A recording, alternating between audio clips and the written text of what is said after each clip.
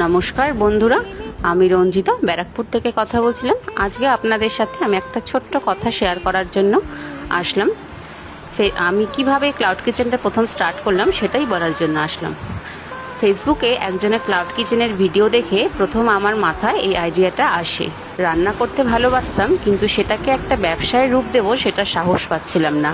যখন এই ইচ্ছের কথা আমার হাজব্যান্ডকে আমি জানাই, ও এক মুহূর্ত না ভেবে আমার পাশে দাঁড়ায়।